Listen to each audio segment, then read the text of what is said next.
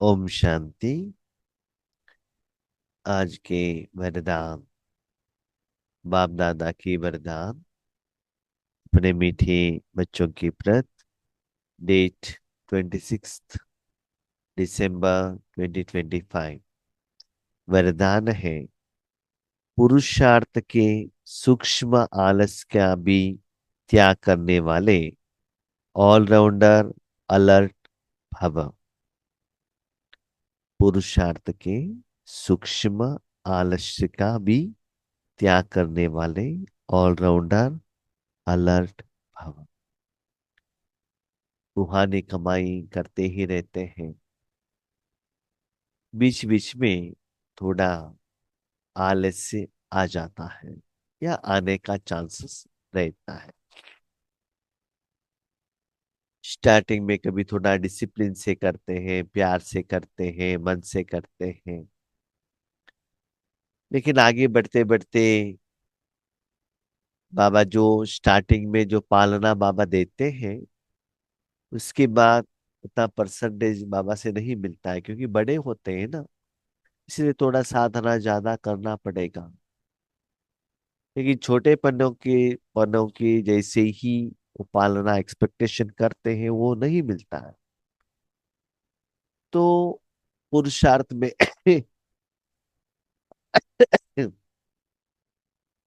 आगे बढ़ नहीं सकते। तो सूक्ष्म रूप में थोड़ा आलस्य आ जाता है। इतना साल किया, जो रिजल्ट आना चाहिए वो नहीं आया।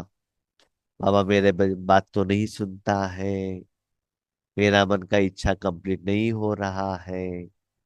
ऐसे मन में संकल्प आते ही वो स्पीड कम हो जाता है। दूसरी बात, पुरुषार्थ में स्पीड कम होने का दूसरी बात है, जो चार सब्जेक्ट है, ज्ञान योग धारणा सेवा, चारों सब्जेक्ट में ऑलराउंडर पात्रधारी बनना है। सिर्फ ज्ञान सुना और सुनाया, उसमें भी स्पेशली आप योग नहीं किया, जो बाबा बार बार कहते हैं बच्चे करना आपको योग ही है, वो आप नहीं करते हैं। और उस योग में भी समय के अनुसार बाबा मुरली में जो कहते हैं, अपग्रेडेशन नहीं करते हो, चेंज नहीं होते हो, हद से बेहद में परिवर्तन नहीं होते हो, तो आलस्य आ जाता।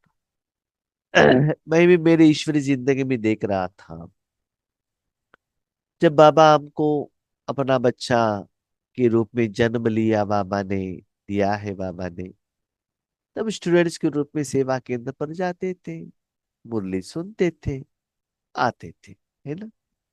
उसके बाद स्लोली सेवा में यूज किया।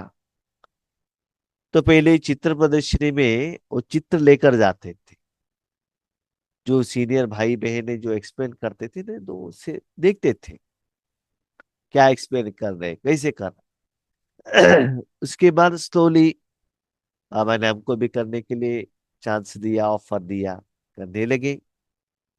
उसके बाद नेक्स्ट ऑफर आ गया कि हर एक को ईश्वरी ज्ञान सुनाओ। वरना सेवन ये चित्र प्रदर्शनी में क्या होता है ना, जितना भी चित्र लगाया है, 8-10 चित्र या 4-5 चित्र, 5-10 मिनट में आपको एक्सप्लेनेशन करना पड़ता है। अब उतना ही चाहे काफी है।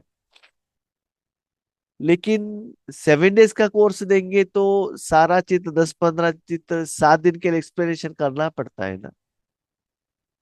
हाँ, उसके बाद बाबा ने नेक्स्ट यूज किया मुरली सुनाने के लिए, सेवा केंद्र द्वारा मुरली सुना। उसके बाद योग कराओ। मैंने कहने का भाव क्या है, नेक्स्ट लेवल ऑफ सेवा। उसके बाद बाबा ने अलग अलग सेवा केंद्र पर भर्ती कराने के लिए यूज किया।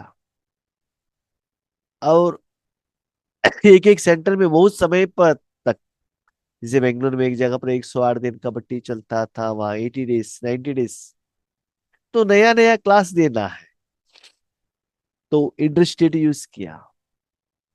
और आज मुझे ज्यादातर योग करना अच्छा लगता है, ज्ञान सुनाने से भी।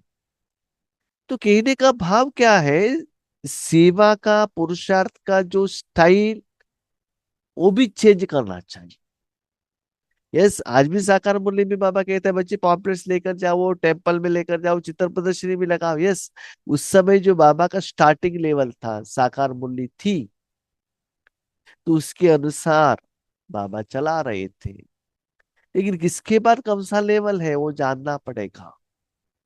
इसीलिए उसके आधार पर आपका चारों सब्जेक्ट में ज्ञान योग, हाँ ठीक है, योग आप बहुत अच्छा करते हो लेकिन गुस्सा है, लोगों को रिस्पेक्ट नहीं देते हो, प्यार नहीं करते हो, अभिमान है, तब भी ऑलराउंडर पार्टनर है, पार्टनर नहीं कहते हैं ना। भोजन का नियम नहीं है तभी तो नहीं चलेगा। सेवा, मनसा वाचा कर्मणा तन मन धन, सभी वैरायटी का सेवा चाहिए। सिर्फ हम योग का सेवा करते रहेंगे ऐसा नहीं चलता है। तो कोई एक सब्जेक्ट में वीक होंगे तो एक्सपेक्टेड रिजल्ट्स न मिलने के कारण, जैसे कोई व्यक्ति बार बार बार एग्जाम में फेल होता है तो क्या होता है, स्लोली वो स्कूल में जाना ही बंद कर देता है ना। इसलिए ऑलराउंडर अलर्ट बनना है। पुरुषार्थ की थकावट आलस्य की निशानी है। जितना भी करते हैं वो सुस्ती हो जाता है। जैसे बुखार आता है, जैसे वर्तमान में मुझे हुआ है, सुस्ती हुआ है। कभी कभी लगता है सुस्ती है ना, क्लास नहीं करेंगे क्योंकि खांसी आती है ना, खांसी आ रहा है, डिस्टर्ब आ रहा है, ये नहीं नहीं करेंगे। अब कहते हैं ऐसा नहीं करना है। इसलिए थकावट, सुस्ती का एहसास, जैसे कि लौकिक में देखो, बहुत अच्छा कमाई कर रहे हो, इनकम मिल रहा है, कभी भी सुस्ती का एहसास होता है क्या? नहीं है ना। क्योंकि जितना भी कमाई करो, फल नहीं मिलता है तो सुस्ती का एहसास होता है। इसी पुरुषार्थ में आपको वो कमाई नहीं मिल रहा है तो सुस्ती का एहसास होता है। आलस्य वाले जल्दी थकते हैं, उमंग वाले अथक होते हैं। जो आलस्य ये है, करते करते हाँ इतना ही, इससे भी हम आगे नहीं कर सकते, सुस्ती हो जाता। कोई कोई कहते हैं हाँ भाई जी हमें ना योग 10 मिनट के, उससे भी ज्यादा नहीं हो सकता। हाँ, कोई कहते आधा घंटा लिमिटेशन, उससे भी ज्यादा नहीं। लेकिन आप करते करते करते जाएंगे ना, उसके बाद 2 घंटा बिठाएंगे तो भी आपको मुश्किल नहीं लगता है। अनुभव चाहिए, विधि चाहिए, नया नया अनुभव होना चाहिए आपको। तो उमंग वाले अथक हो जाते हैं, कभी भी उनको सुस्ती का एहसास नहीं होता है। जो पुरुषार्थ में दिल शिकस्त होते हैं उन्हें आलस्य आता है। याद रखिएगा, पुरुषार्थ आत्मा के कल्याण के लिए, आत्मा के अकाउंट में जमा होने के लिए जो भी करते हो उसको पुरुषार्थ कहते हैं। एक्चुअली वो कर्म भी है, प्रयत्न भी है, लेकिन पुरुष अर्थ आत्मा के लिए करते हो इसलिए बाबा कहते हैं पुरुषार्थ। लेकिन करने के बाद आत्मा के अकाउंट में जमा नहीं होता है तो क्या होता है?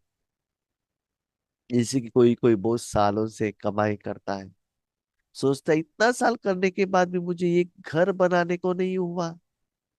एक समस्या का समाधान करते ही दूसरा आ जाता है, रेडी होकर रहता है। मुझे ये ऐसे क्यों समस्या आती है, मुझे ही सभी लोग क्यों डांटते हैं। ऐसे क्या होता है, दिल शिकस्त हो जाते हैं, अपने मन को बहुत छोटा समझ लेते हैं। जैसे शरीर भी बीमारी है तो शरीर आपको सपोर्ट नहीं करता है ना, ऐसे ही मन भी शिकस्त हो जाता है पुरुषार्थ में। उन्हें ही आलस्य आता है। वह सोचते हैं क्या करे, इतना ही हो सकता है, ज्यादा नहीं हो सकता। इतना कर सकते, इससे भी ज्यादा हम नहीं कर सकते। वो अपने को एक बाउंड्री लगा देते हैं, हमारा लिमिटेशन इतना ही है। कोई कोई कहते हैं ना कि हम डिग्री ही कंप्लीट कर सकते हैं, उससे भी ज्यादा हमारे से नहीं होता है ना। कोई कोई इंजीनियरिंग कंप्लीट करते हैं, इसे अपने को एक लिमिटेशन लगा देते हैं, उससे भी हायर लेवल जाने के लिए वो नहीं सोचते। कोई कोई कहते हैं अब देखिए स्थूल सेवा कुछ भी कहे हम करने के लिए रेडी है, लेकिन हमारे से ध्यान सुनाने को नहीं होता। बाकी कोई काम बताए कर सकते, लेकिन हमको भोजन बनाने को नहीं होता। हाँ? कोई कोई कोई सेवा के लिए उनको नहीं होता है ना। ऐसा नहीं होना चाहिए। हिम्मत नहीं, चल तो रहे हैं, कर तो रहे हैं, अब इस सूक्ष्म आलस्य का भी नाम निशान न रहे।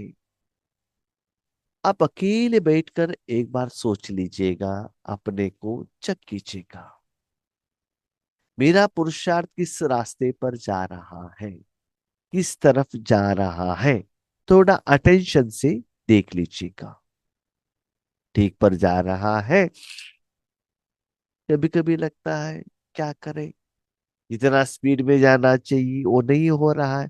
चल तो रहे हैं, लेकिन समस्या का समाधान तो नहीं मिल रहा है।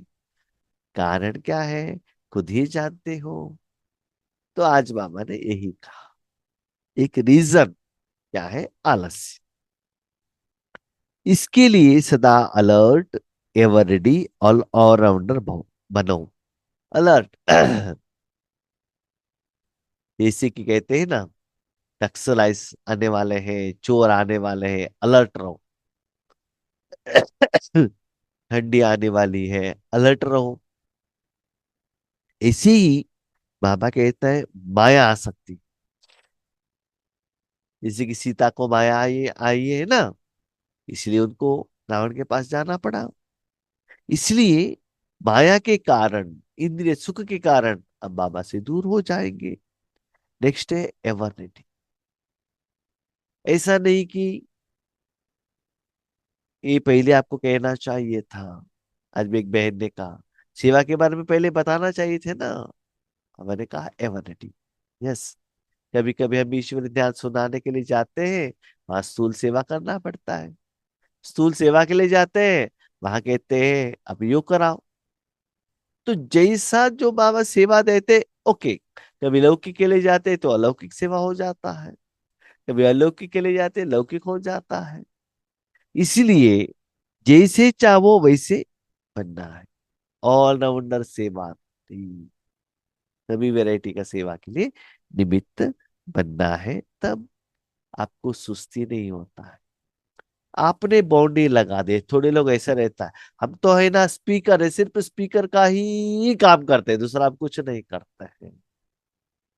इसे बाउंड्री लगा देते हैं। और कोई कोई लोगों को देखा है मैंने ईश्वरीय यज्ञ में, स्थूल सेवा करते ही रहते हैं, ना अमृत वेले उठते हैं, ना मुरली भी पढ़ते हैं। स्थूल सेवा तो दिल से करते हैं, इतना भी लोग आने दीजिए, भोजन बनाया, वो किया, ये किया, सब कुछ करते हैं। लेकिन सब कुछ तो चाहिए ना। योग भी करो, साधना भी करो, स्थूल सेवा भी करो। कोई कोई कहते हैं, देख लीजिएगा हमारे से ये सभी हो तो नहीं होता, आप जितना चाहिए उतना पैसा दे देंगे, धन का सेवा कर लेंगे। बाबा कहता है वो भी तो अच्छा है, लेकिन सारा वैरायटी का सेवा करने से ही आप राजा बन सकते हो। राजा बनेगी या नहीं बनेंगे, लेकिन ऑलराउंडर सेवा करने से आपको वैरायटी सुख आपको क्या मिलने मिलने लगेगा, सदा खुशी में रहेंगे। क्योंकि सेवा कब किस वैरायटी का आता है पता नहीं चलता है ना। तो सारा वैरायटी का सेवा में आपको एवर रेडी रहना पड़ता है। तो आलस्य क्यों आता है, आपकी चॉइस के अनुसार सेवा नहीं मिलता है तो आपको आलस्य आ जाता है। जैसे कोरोना आया, बहुत सारे लोग ध्यान सुना रहे थे, ध्यान सुनाना बंद हो गया, उनको क्या करना पता ही नहीं चला। ओके, कुछ नहीं है, अकेले बैठो ना, तपस्या करते चलो, क्या प्रॉब्लम है। ओके, कुछ काम नहीं, आराम भी सो भी जाओ, रेस्ट भी ले लो। तो सभी वैरायटी का काम करने के लिए, सेवा करने के लिए एवर रेडी रहना है। स्लोगन, समय के महत्व को सामने रख सर्व प्राप्तियों का खाता फुल जमा करो। समय बहुत कम है, और कम समय में ज्यादा डिस्टेंस आपको कवर करना है। इसलिए सर्व प्राप्तियां, मनसा वाचा कर्मणा, तन मन धन सारी शक्तियां, गुण जायदाद सब स्टॉक। जैसे पुराने जमाने में क्या होता था कि घर में लकड़ी से भोजन बनता था ना, बारिश आता है उस समय लकड़ी नहीं मिलता है ना, ड्राई लकड़ी नहीं मिलता है, लेकर आके स्टॉक रखते थे। और कोई कोई सीजन में कोई कोई फल मिलता था, तो उसके कोई अचार बना के रखते थे, कोई कुछ आइटम बना के रखते थे, कोई स्वादन को स्टॉक करके रखते थे। ऐसे बाबा कहते हैं आज वर्तमान समय में स्थूल साधन बहुत कुछ हम अपने घर में स्टॉक रख लेते हैं, है ना। ऐसे ही आत्मा में भी सारे शक्तियों को, विशेषताओं को क्या करो, सर्व प्राप्तियां, मन आपको प्राप्त होना चाहिए। जैसे आपके पास बहुत साधन रहता है ना, जब भी चाहे उस साधन को आप यूज कर सकते हो। तो वो प्राप्तियां अपने पास फुल जमा का खाता रखो। क्यों? क्योंकि थोड़े ही समय में लोग आपके पास आने वाले हैं लेकर जाने के लिए। जैसे कि रक्षाबंधन का त्योहार आता है, जो अंदर जो रक्षा राखी है ना, उसको बाहर रख देते हैं, क्योंकि उसका डिमांड स्टार्ट होता है ना। अभी थोड़े समय में आपको कमाई करने को नहीं होता है, दान करना पड़ता है।